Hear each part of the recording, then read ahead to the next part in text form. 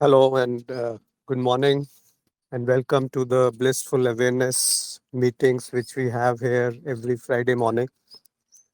And primarily, it is for discussion forum, a place where we can talk about spirituality and discuss some of the issues which concerns our life or the practices or the path of knowledge. So, if anybody has any question or something they want to share, they are most welcome. And it is always good to have a mutual exchange of ideas rather than a one way communication. So, to start, I will paste some of the questions which has come. And in between, also, if somebody has to ask something or share something, you can either type or you can unmute yourself and speak. So this question has come quite some time back, but I think it was could not be taken last time. So let me start from there. Bhudev is asking that if a advanced seeker is looking at past, present, or future at some particular time, so this is also a part of time. And is it because of causal body, predestined, or is this a part of a movie? Question is not very clear to me because if you are saying that one particular moment of a day, whether it is a part of time, so it is time. It is not part of time. It is time. Whatever the notion we give a particular, like right now it is 7 a.m. Around 7 a.m. So this is a particular time, a movement. But again, you are asking, and is it because of causal body? Now, causal body and time are not anyway connected, I think, or predestined. No, predestined is a different concept altogether, or this is a part of a movie. I think the question is not very clear, but it seems you are trying to say that whether whatever we are seeing is a similar to a like a movie, and the time is whether it is real or not, or how can we say it is not real when we exist in this world and we see the impact of time everywhere. Whenever we speak something, there is time. So I think let me try to, or if anybody else has some understanding of what is the question like, so they can put their views. But let me see what is time primarily. It is only a concept made in the mind because mind cannot exist without time. And what is mind? Mind is a collection of thoughts, feelings, sensations, and memory, and all those things put together we call as mind.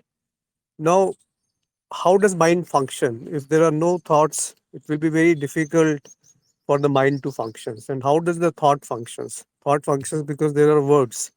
And how are the words known? Words are known because there is some experience behind it. And what is the experience? Now that question cannot be answered. But anyway, if there are certain experiences and there is a word, along with the word, there is a meaning attached to the word.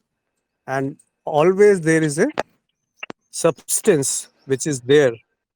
Like if I say cow, now cow is a animal, and the cow is a word, and I know that this word cow is indicating towards one animal which is white in color, which gives milk and things like that.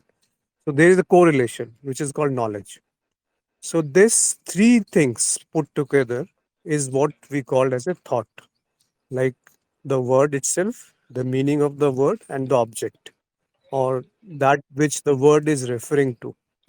Now, these three things are very important. And whenever these three things are commingled and some concept is formed in that commingledness, we call it a collective. We create concepts out of these meaningful so called sentences and thoughts. Now, this creates the whole word which we think is the word. But is the object same as the word? Is the knowledge of the object same as the object? So, if we start thinking in that direction, then we will see that they can be separated, the word, the object, and the knowledge of the object. If these three are separated, then only we can understand the reality as it is. Otherwise, we are seeing the reality in a colored with a colored glasses. It is not what it is actually. So please try to focus, or not exactly focus, try to contemplate on these three things, because then only we will understand time, or time, what is movie, what are the experiences, what to make sense out of it, and things like that.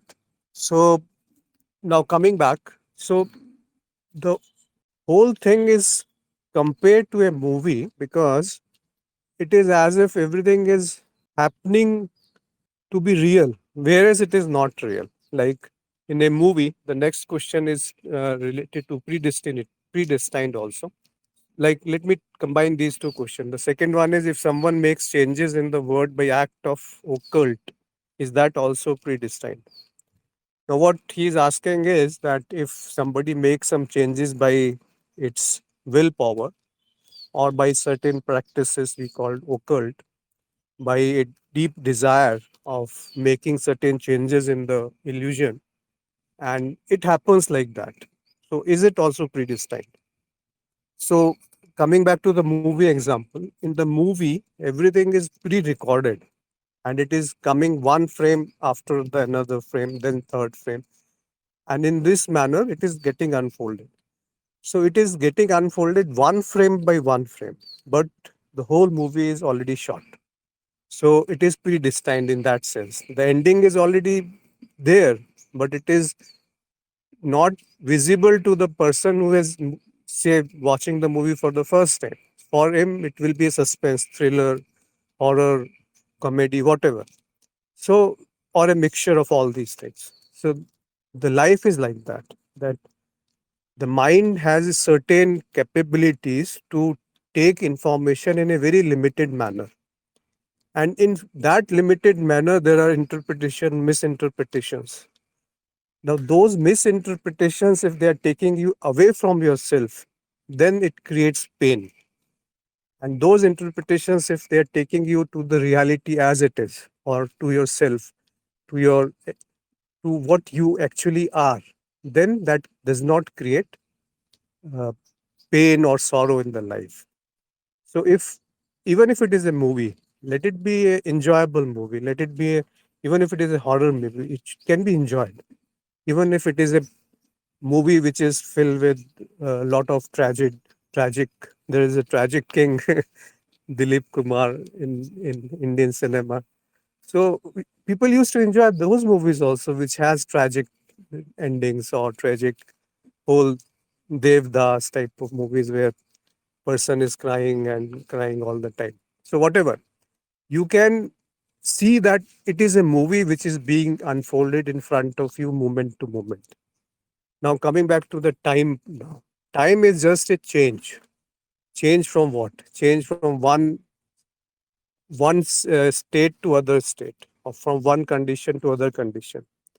Or we can say it is a comparison between one memory, one set of memory, and other set of memory.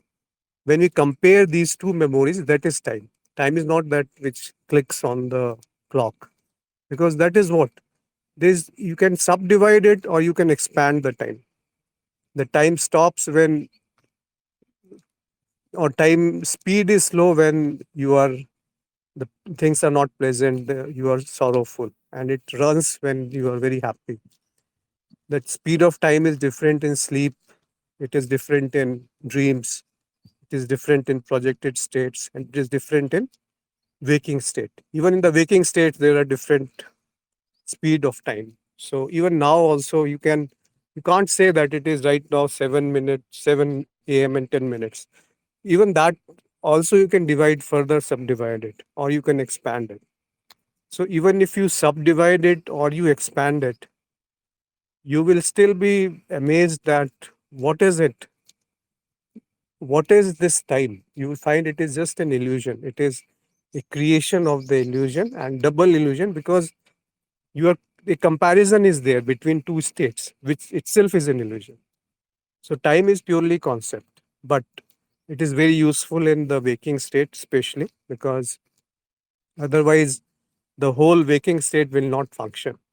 You can't speak. The mind cannot think without time. The mind cannot do anything without time. The whole structure will collapse of the world. So, therefore, time is very important in terms of living a healthy and happy life for a human being, for a creature, for this body mind structure. But it is not truth. Everything which is useful is not may not be the truth. But everything like dreams have their own utility. They have their own advantages. Deep sleep has their own advantages.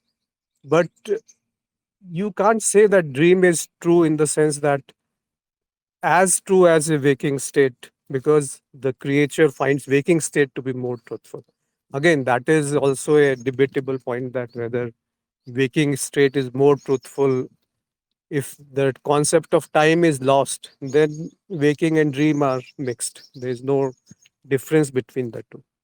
Like I can still be imagining myself or dreaming as a character in the waking state while actually I am sleeping.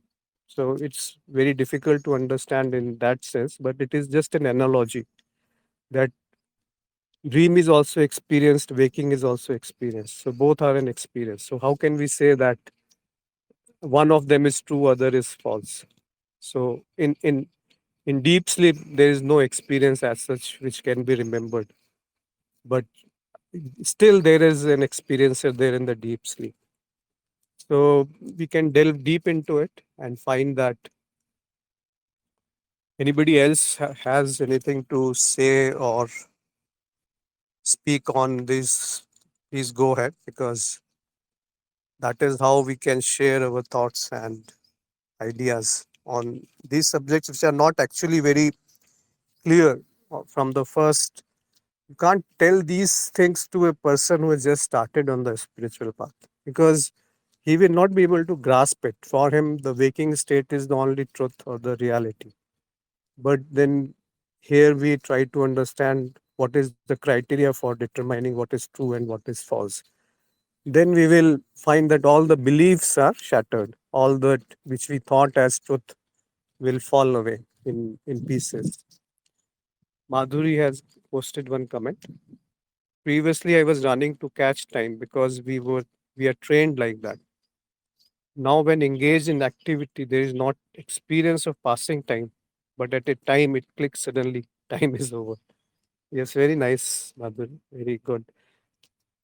I also have similar type of experience many a times that we don't know that it is as if the time is flowing in front of me like a movie only, we can say, or like I am just detached from whatever is happening around me in the depth of my beingness, my presence or existence, and I can be there and not be there. I don't know how to put it in words, but you know that you are sitting here, but still you are untouched by whatever is happening around you. So that detachment is the outcome of knowledge.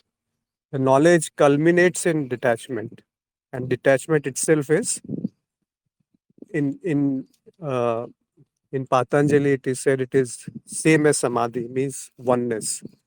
Because if you are not detached, you can't be silent. The mind cannot be silent because it always wants something, always trying to do something or trying to run away from something, trying to get something or trying to run away from something. So that will make the mind restless, and a restless mind will never be able to go to the depth of the being. So if you have that knowledge, the detachment automatically comes, and that detachment and knowledge put together will take you to the oneness or your own presence or experience or the existence, which is not cannot be put in words, which cannot be explained by simply words, because as I we were discussing that word is what? Word is just a indication towards an object. That object can be gross or a subtle object. and then there is a connection between the two which we call as knowledge. Now when they're together, we are caught up in that which we call as the whole word, or because the word is mostly lived in the mind only. There are physical forms, but again, the form is connected to a word and then meaning attached to it, and all put together, again, it is a concept framed in the mind. There will be some thoughts attached to it. Now, whether it is a gross object or a subtle object, and based on that experience, certain thoughts will be formed, and those will make your life or break your life, the so called your life. But when the knowledge downs, when you are going deep, so the first step is to get the knowledge from some some place, like you can listen to somebody, you can read a book, you can get it from the guru or from anywhere, you can watch something. So these are the external sources from which the information is coming. Now that information has to be left at a, because that is not yours. So that goes deep within yourself. Then it becomes yours. Then you start contemplating on it. And when contemplation comes, with those contemplation, you go to more subtler levels. Then that contemplation is also to be left. That contemplation also goes away. So that is again a bliss comes. And then you go deep into that bliss, you will find peace and bliss will be there, and love will be there. When you find that, whether there is an experiencer behind that bliss or peace or love, then you will come to I-ness, that I am there. The presence is there. And then when that presence, the knowledge of that presence is also gone, then you are in the oneness. Then oneness will appear in the duality. Then you don't have to make an effort to be in oneness. Then you will be able to see that oneness ever present, ever shining in forth, I mean, in the background, whereas in front there will be different scenes, like in a movie. Suma has said, yes, I too feel that everything is happening like in movie. Yeah, yes. Yeah, you can always detach yourself, because which is a fact that whatever is happening is just a play, Leela, which is called in Indian scriptures, means a play. It is just like a movie, whether it is a horror or a tragedy or a comedy, it doesn't matter. But obviously, you can see it from a distance as a movie. Then you can start enjoying the apparently horror movie. So if you can detach yourself, then the whole scene will change. It will transform into a vogue. I mean, it's sort of joy will be arrived from whatever is happening around you. If somebody is criticizing you or angry at you, you can still, I mean, you can take whatever actions are required in that moment. But you, in the depth of your being, you know this is just because you will see that why that person is getting angry. You can see behind it that what is the reason of that person's anger, and you can see the useful uselessness of that reason.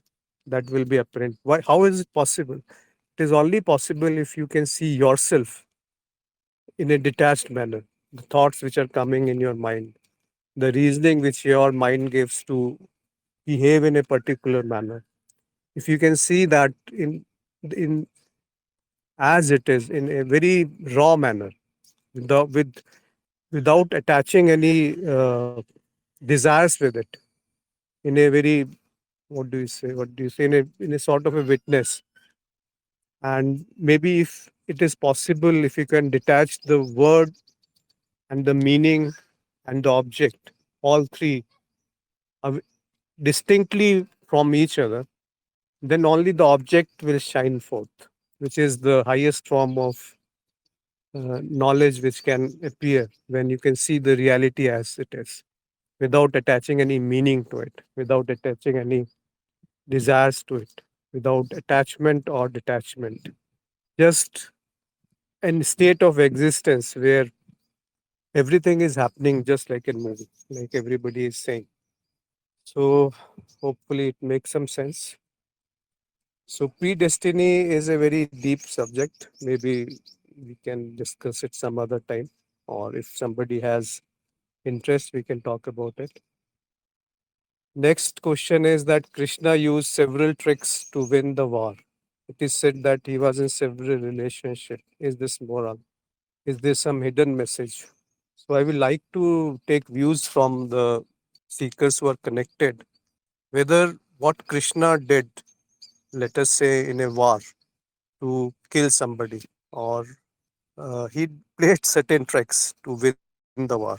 Is it, can we consider it as a legal or not legal? Is, can it be said to be moral, or is it an immoral act to achieve the end result? And in achieving or trying to achieve those end results, you are behaving immorally, trying to deceive or cheat somebody. Was that, I mean, moral behavior or immoral behavior? Anybody like to share their views on this? Madhuri is saying when information is processed in layers of mind, then it leaves an imprint there called memory, which can be called as knowledge. Is it like that?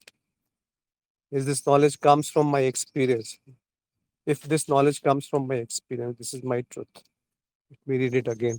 When information is processed in the layers of mind, okay, then it leaves an imprint there called memory, okay, which can be called as knowledge. See, imprints in the memory is not exactly knowledge, because imprints in the memory, imprints in the mind is actually the memory, means it is there. But knowledge is when there is a relation between the two experiences, between an object and the word. If that relation is there, or between two situations, between two relations, between two uh, persons, whatever, I mean, between two experiences, whenever there is a relation, it is called knowledge. So that knowledge is also stored in the memory.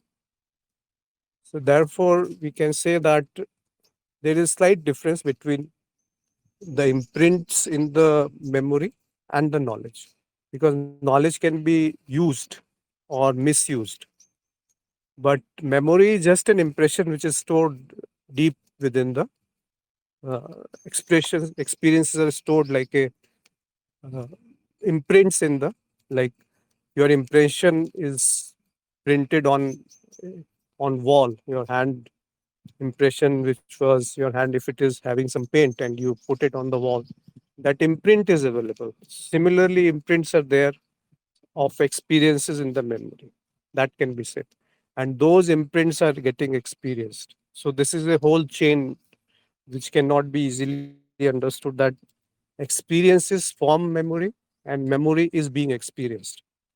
Now, which comes first? So very difficult to answer, but experiences are more fundamental, if we have to say or try to break this debate, because memory is a concept, whereas experience is not a concept. So just to break this, we can say or agree or disagree. At least I have settled for an agreement that experiences are more fundamental, and those experiences create impressions in something on the vibrations, which we call as, when they become grouped together and the structure is formed. So that structure is able to carry those impressions. Therefore, it creates a structure around itself for protecting that whole structure. And the life is so called life, or an individual is considered himself to be an individual. But if you see from the vastness of the existence, this whole process is, the whole knowledge is very limited. Whatever experiences you had, limited experiences which are possible through the limited, the senses, which limits the whole experience. And from that limited experience, a limited knowledge is born. And that limited knowledge can be right or it can be wrong, because you You think it is knowledge, but it is not the knowledge. Maybe some wrong connection between two experiences. Because the senses itself are limiting the whole experiences. So therefore, it is very important to understand the limitedness of the knowledge or the intellect to grasp the whole existence. And that intellect, when it becomes pure, then it gets the ability to wherein the whole existence can shine. And in that shining forth of the existence, the intellect itself is gone. It, it goes away, it washes away. I mean, there are no words then. Then what is there? There's no need of words, I would say. Then what is left? What is left cannot be grasped by the intellect, cannot be put in words, but that is what it is, right? So that can be grasped only with a pure intellect, nothing beyond or below that. So Madhuri has said, if this knowledge comes from my experience, this is my truth. First of all, there is nothing as my experience, and second, there is nothing as my truth. Whosoever is thinking it is my experience is an experience. Please try to understand that whosoever thinks that it is my experience itself is an experience, because that which is, or someone says this is my truth, again that is an experience. Whose truth? Otherwise there is nothing as truth or false in this existence, right? We all know, we say that experiencer is truth and the experiences are false, but that is at a very very different level, not at the level of my truth or my experience. Rajiv has put a comment. His actions were individual. Okay, now we come to Krishna. His actions were individual as per his intellect and wisdom at the worldly level. And these must have been seen as moral or immoral for others.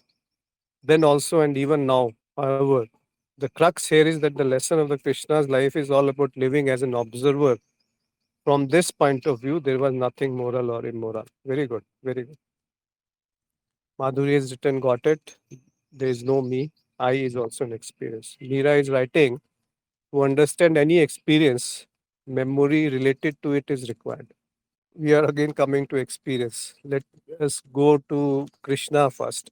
Anybody want to say whether the actions taken by Krishna were moral or immoral? So Rajiv has written that his actions were individual as per his intellect and wisdom at the worldly level. And these must have been as moral or immoral for others, then also, and even now. However, the crux is the lesson of Krishna life is all about living as an observer. From this point of view, there was nothing moral or immoral. So, what Rajiv is saying is that, see, his actions as an individual were could be termed as moral or immoral by the view you are looking at.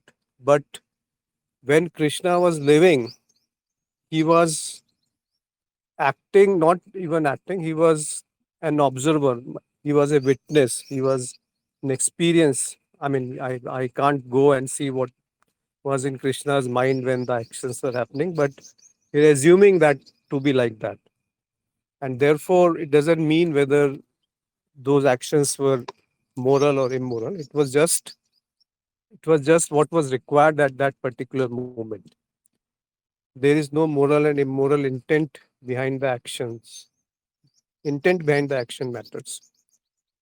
Madhuri has written that there is no moral and immoral. What is the intention behind the actions, which is of paramount importance? Now let us go to Krishna. Krishna is what? Krishna has word has two, three meanings in Hindi or in Sanskrit. One is that which attracts. The second is the essence. And third is the darkness, the dark color, the shamran, the dark color is Krishna. Now, if we go all these three both meanings, first is that which pulls you towards itself. That is Krishna. So, and second is that is the essence or the existence itself is Krishna. And third is the dark color. Now, what pulls you? You can see that the word may pull you, it has got its own attraction. The Maya may pull you, but if you see the illusion as illusion, that force of pull will be gone. So that is the Krishna, which pulls you away from the Maya and takes you within yourself, is the Krishna. Then it is the essence, or the whole existence is the Krishna, or the experiencer is the Krishna. And third is that it is the darkness, the color, dark, the darkest color is the Krishna, sort of black hole where everything just goes in and nobody knows what is there within. Or we can say that which is adrash, which is unmanifested, is Krishna, which is so dark that the light is doesn't exist in it. That is Krishna.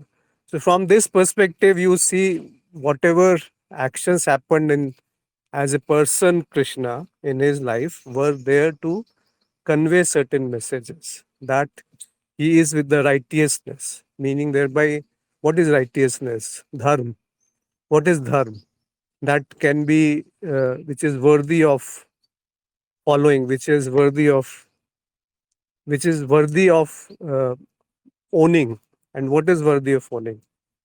The only thing worthy of owning is the essence, or the darkness, or the experiencer itself, or that which pulls you towards itself, the presence. See, we don't realize the subtlety of, or the vastness or the expanse of the presence unless we are free from the attractions of the word, that I want to get this, I have to achieve this, I want this, I know this. So that knowledge itself becomes a burden, that I know this. Who knows? The one who knows that I know, one who thinks that I know itself is a experience, right? So you will find that you won't find anything to take support as such. So that is, in my sense, the Krishna. And now come to moral. Immoral is all useless if you think from that perspective. So whatever he did was Leela, Krishna Leela, means a play. In that play, it was sometimes necessary to kill somebody. And he prompted Arjuna to kill his relatives. And he prompted, I mean, the other part of question is that I think he said that he was in several relationships. So what is the relation of a experiencer with the experience? That is the relation of Krishna with the gopi. Now, if you see from that perspective, the whole thing will change. You can't say that it is a relation. You can't say that the gopis were different from the Krishna. He was playing a part in that whole movie. He was playing a part wherein he was himself the gopi, and he was himself the one who was in relationships. So don't bring Krishna to your level. You go to that Krishna's level because that is what you really are. You can't just with your limited thoughts you are trying to put Krishna into a frame of a mind of a human being. Say, I know what is right, I know what is wrong, and Krishna should behave in such a such manner so that he is fit into my frame of concept. That is rubbish. That is useless. That is not the way way to see Krishna's life. That is not the way to see any any like Christ or Ram, God Rama or Buddha or a great guru, Raman Maharishi or Nisargadatta Maharaj or Tarun Pradhanji. You don't have to see them as the individual. That is just a frame, which is a medium to pass some certain things to you, pass a message to you. And that message is very subtle. That message is very deep.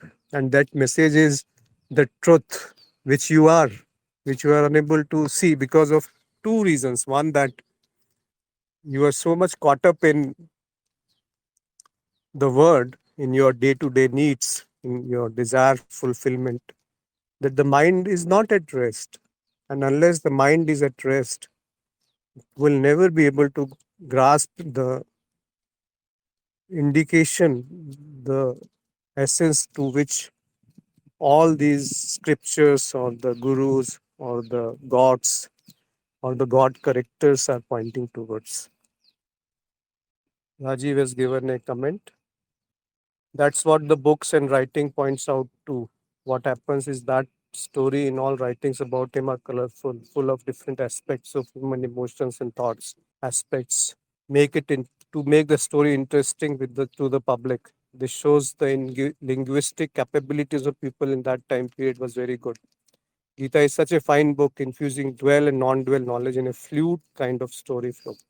See, my not my the understanding of Gita can taken to a very different level. That the whole play, the whole drama, whole story was created by the Krishna to deliver the punch lines during the Bhagavad Gita, which he gave during the war.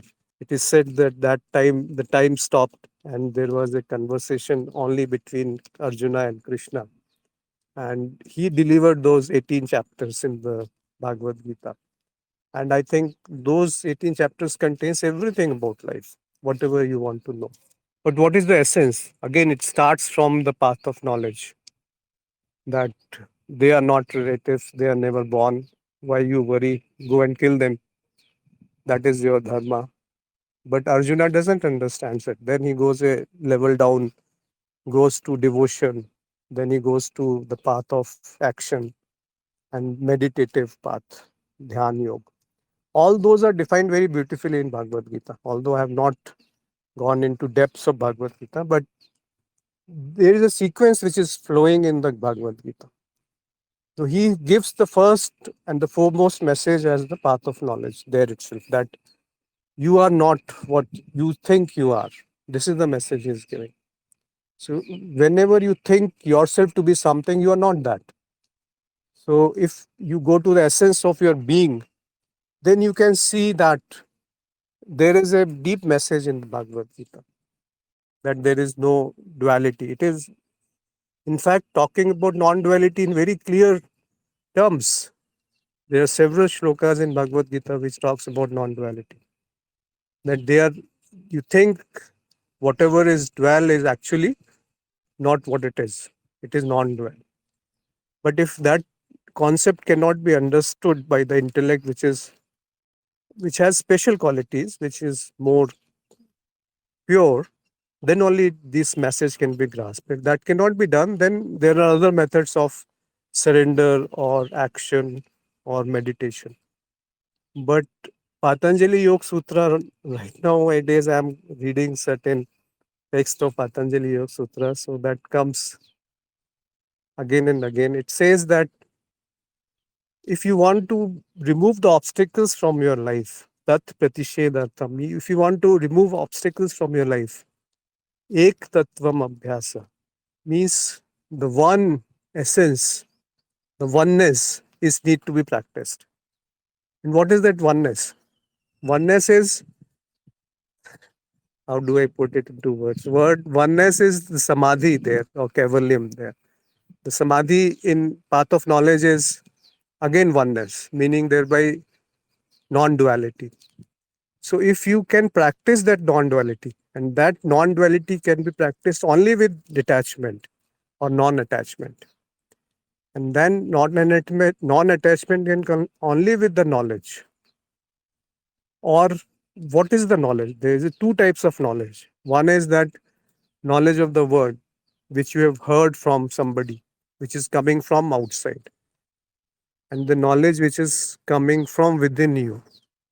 That knowledge is more important, which is coming from within you. So the outside knowledge is to take you within you to the source of that knowledge, which is the source of the knowledge which is at outside, seemingly outside. You got it? Let me repeat it. The source of the knowledge is one, be it coming from inside you, because the knowledge which is coming from outside is inside somebody, right? So called somebody. Now, that somebody's inside is the source, and your inside is the source. But those sources are not two. That is the beauty of it.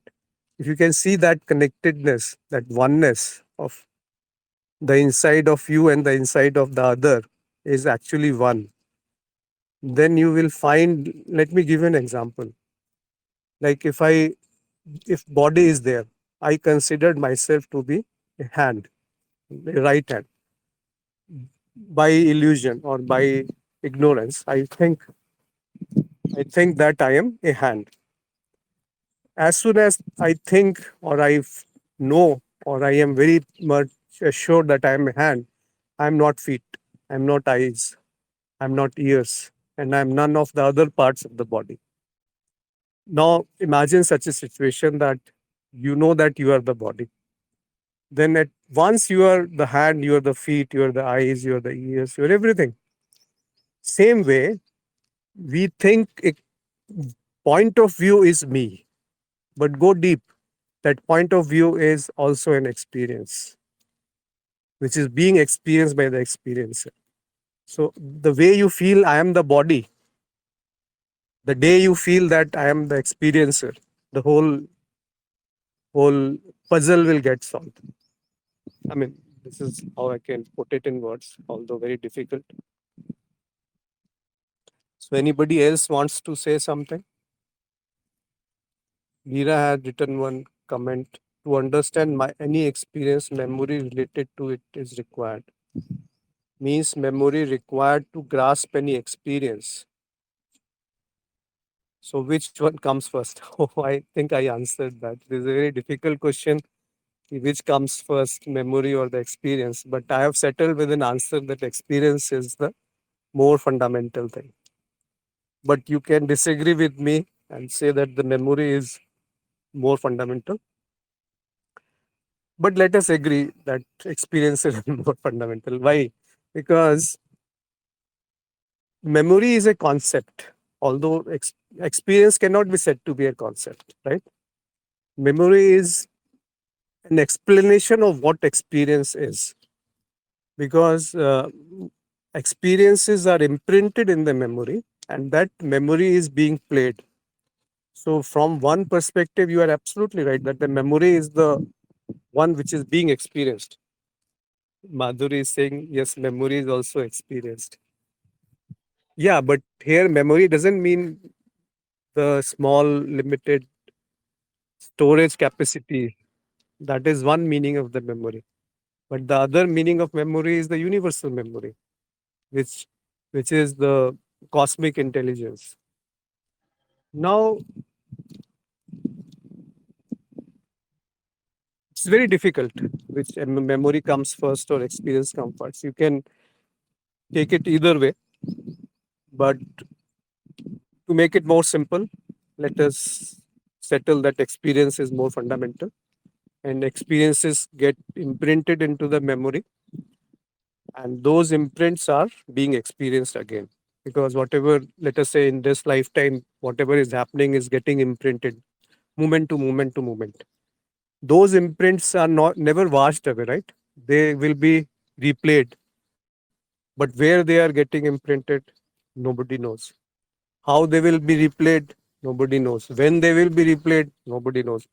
And then there is a thing called timelessness. Then there is a concept called causelessness. Then there is no doer. Then there are no boundaries between the memories. There is no causal body. So all those are experiences. If we put it in a simpler way, they are all experiences, and experiences are more fundamental. Rajiv has again sent a message that actually all bodies appear in this oneness, this awareness. Yeah. Due to ego, there is a false classification of separation by an individual body, as I am separate, as this ego is supposedly necessary for the body to survive. So the sentence that this person is alive and how he is dead, as if life has gone out, should be seen as this body has gone out of the life, which is universal awareness. Universal memory is the right word.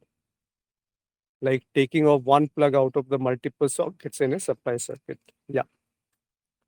Madhuri has said that cosmic memories can be experienced from the higher level of consciousness. So experience is more fundamental. the levels of consciousness are actually, the word consciousness is not used in pure experiences. So we say awareness. So awareness means what? Consciousness, you can say the knowingness, the one who knows, that is the experiencer. So we can, I mean, either you say consciousness in terms of experiencer or you take consciousness as awareness. The meaning will be different. So higher level of consciousness means nothing, because if you are taking it as an experiencer, you're saying it is an awareness. So cosmic memories can be experienced from the higher level of awareness. So experience is more fundamental. See, awareness again is defined in a different manner in pure experiences. That experiences means the knowledge of the self, that I am the only experiencer. Now, there are no two experiences, right? So, I am the experiencer. There cannot be any levels of awareness then. If I am the experiencer, is the full and complete and whole knowledge, then there cannot be any levels of awareness. So, what we say is that whether the awareness is present in all the states or not, whether the awareness is present in most of the time in waking state or not, that is slightly different from levels of awareness. There is nothing called higher awareness or lower awareness, but the awareness is available most of the time or less of the time. That is the differentiation rather than the levels at one higher level and one lower level. You can say higher lower level in a example form, if you are understanding it from that perspective, is that from the higher story building, the view is more magnified, macro level. So that is to just to say that the awareness is present during different experiences, which can be before the event started, during the event started, or after the event was over, and many times not even after the event was finished. Meaning there is no awareness at all. But when it comes, many times it comes after the event is over. Then it comes during when the event is going on, or when it can come before the event is even started. So, what does it mean of being in awareness? I think it has been discussed several times. It is that if there are certain actions which will take you away from yourself, those actions will not happen if the awareness is there beforehand. Or if the awareness is there during the actions, those actions will start reducing.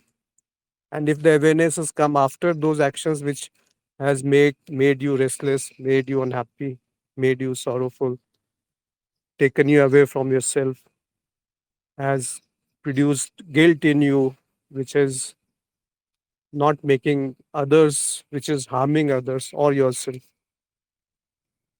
So if the awareness has come after that such an action, then also you can replay those actions in full awareness, and that memory will be imprinted. Those experiences will be imprinted as if those actions happened in the awareness. So that is one of the way to fool the memory. And that's what has been told by Guruji. That that is again a practice which can be adopted to wipe down the memory. But ultimately, the right way of doing it is even not even that. Why to make such a big effort? Just know that you are none of the memory. You're none of the actions. You're none of the karmas. You're none of the karma phal. You're none of the fruits of the actions. So when Krishna says karmne vadika raste, means they are together. The karma and the phal are always together because there is no time. Ma phaleshu kadachan. So you don't have to run after the fruits of the actions because the actions fruit is available then and there that particular moment. There is no time difference between the two.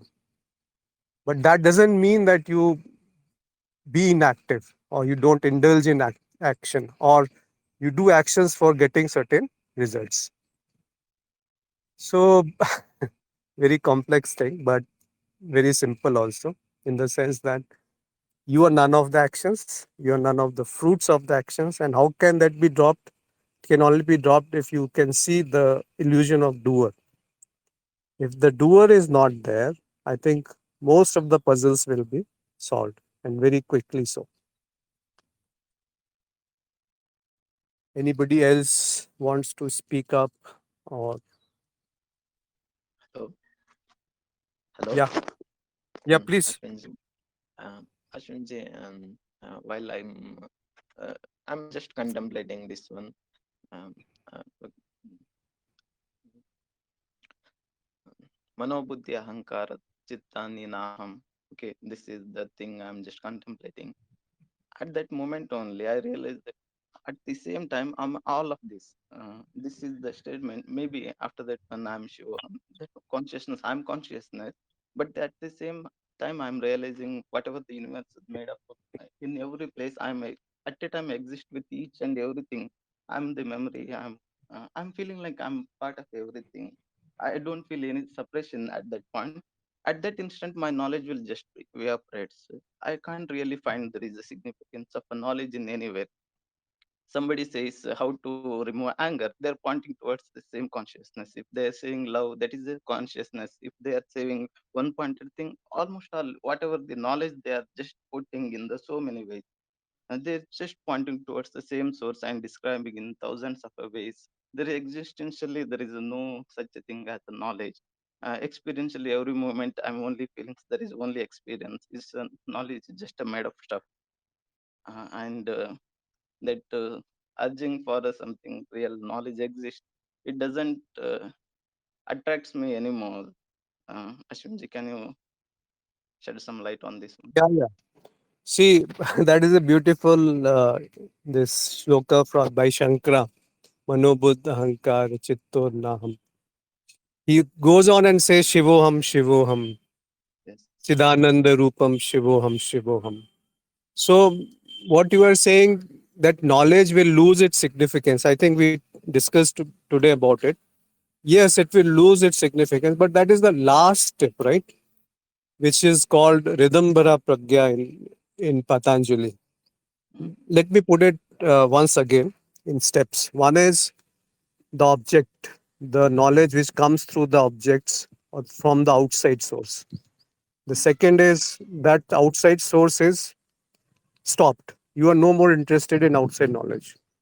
mm, So what do? You go to inside knowledge, whichever is generating from within contemplation and from your own experiences. Then second is you stop that also. No, I'm no more interested in any verbalization of what is happening right now. So that makes your mind subtle and go to the depths of your level. Then there will be bliss. A bliss will appear from somewhere or from nowhere. You are no more interested in bliss now. Then there is a beingness that I am there. So you go to the source of what is that which is knowing this I am there. When you reach there, then knowledge is useless.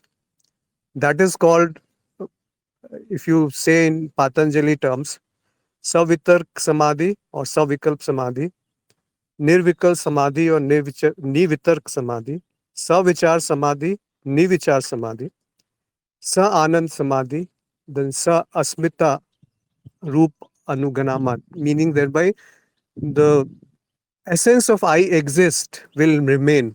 Asmita Roop means after Anand there is Asmita.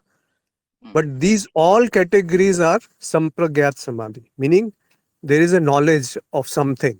Even knowledge of I am is present as an object, right? mm. So Yes. that knowledge, when it goes, that is called Ridambara Pragya. Means the prasad of this nirvichar will Mm, come, because after nirvichar there will be sanskars remaining, meaning the past impressions will still be there. So mm, those impressions will keep on coming. No, mm, those impressions they are gone by mm, Ridambara Pragya, means in knowledge which is so pure to grasp that subtlety of your own existence as the whole, what you were saying. So if that knowledge is shining forth that I am the whole existence, I am the whole word, I am the whole that exists, not as an individual, but as pure existence, pure bliss, as experiencer, as oneness, then that knowledge also is to be dropped. That is the last thing, last hurdle in the, mm, which is called Nirbij Samadhi, then, meaning the whole seeds are gone, the whole seeds are roasted. And what shines forth is Kaivalya, which is again non duality, means only the oneness remains. So please don't take the s- message given by Guruji in simple terms. The same thing is written in all the scriptures. All the scriptures. I have read or tried to read some few scriptures. I have read, tried to listen to certain gurus after getting this pure experiences or Gurujis in my life. So I found that everywhere it is the same. The essence of Patanjali is just one sentence. Ek tattvam abhyasa. Or abhyasa means the knowledge of self. Purush khyati means the knowledge of the experiencer, which we call as sakshi bhav or the with awareness. That is the essence on which the oneness will hinge, the existence will hinge, the experiencer will hinge, and the knowledge will be dropped. The knowledge has to drop. The knowledge ends in detachment, and detachment ends in oneness. And yoga is, mm, yeah, uh, yeah, the only the true knowledge at the end, only detachment as well as discernment. Every time we have to discern what is truth and not truth, because the who is who is existence, discerning? That discern discernment, person, entity to discern will be lost. it's not an entity, That it's not an entity, but this is just, if you are not discern, you will just be mingle with the who is universe. not Okay. discerning or discerning? See, that Okay. separateness will be gone. The one who is Yes. discerning or not discerning will be detached. That's what detachment is. So, detachment, what is detachment can be known through discernment, but discernment Yeah. is not detachment. By But discernment discernment, you is can a come to knowledge, right? detachment. Ji? Ashwinji, discernment is a knowledge. Otherwise, it will become a illusion once again. Yeah. Yes, yes. Yeah. Yes, yes. Yeah, but discernment will lead you to detachment. Yes. Detachment is Yes. not the result of, I mean, discernment is And not detachment. Yeah. also, Ashwinji, many times we just put a blame on the intellect.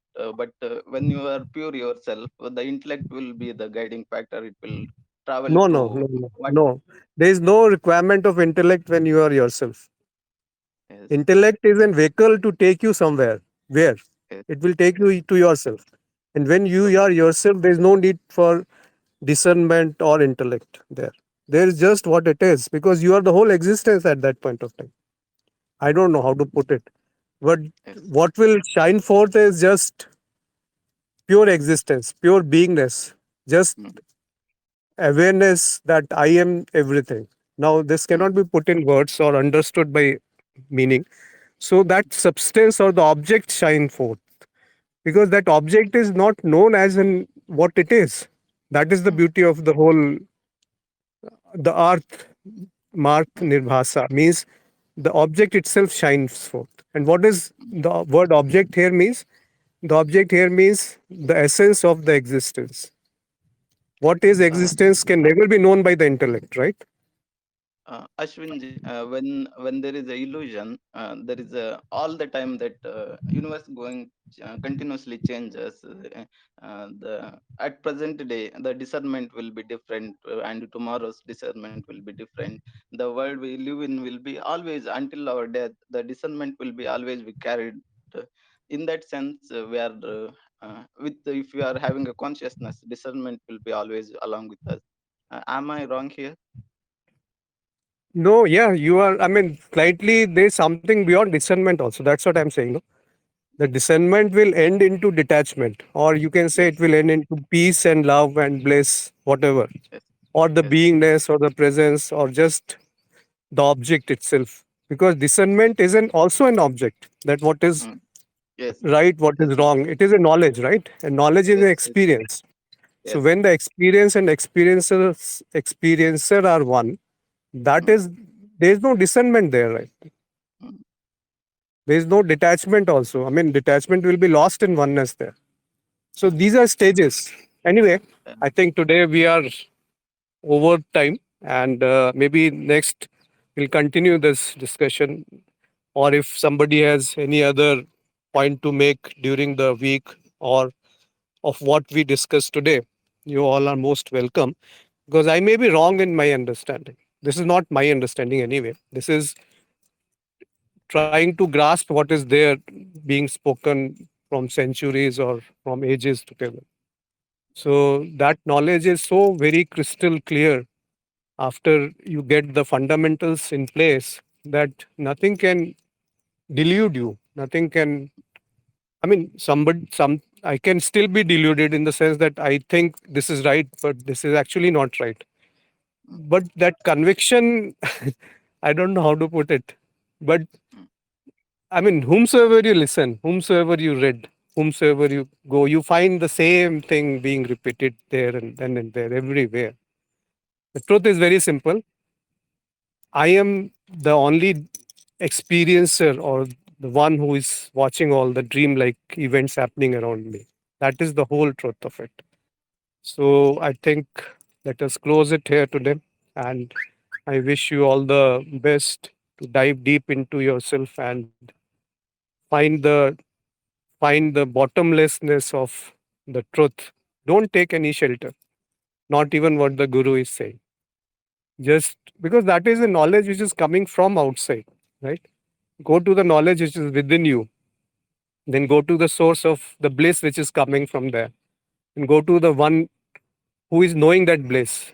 Then drop that one who is knowing the bliss, and go to that one who is knowing that one who is knowing the bliss. Then go to the only one which is existing without any knowledge. That is the last, or beyond that, I cannot think or speak or talk, or nobody has ever spoken. So let that object, that essence, shine forth in all of you. And let me stop it here. All the best to you. Goodbye. See you next Friday.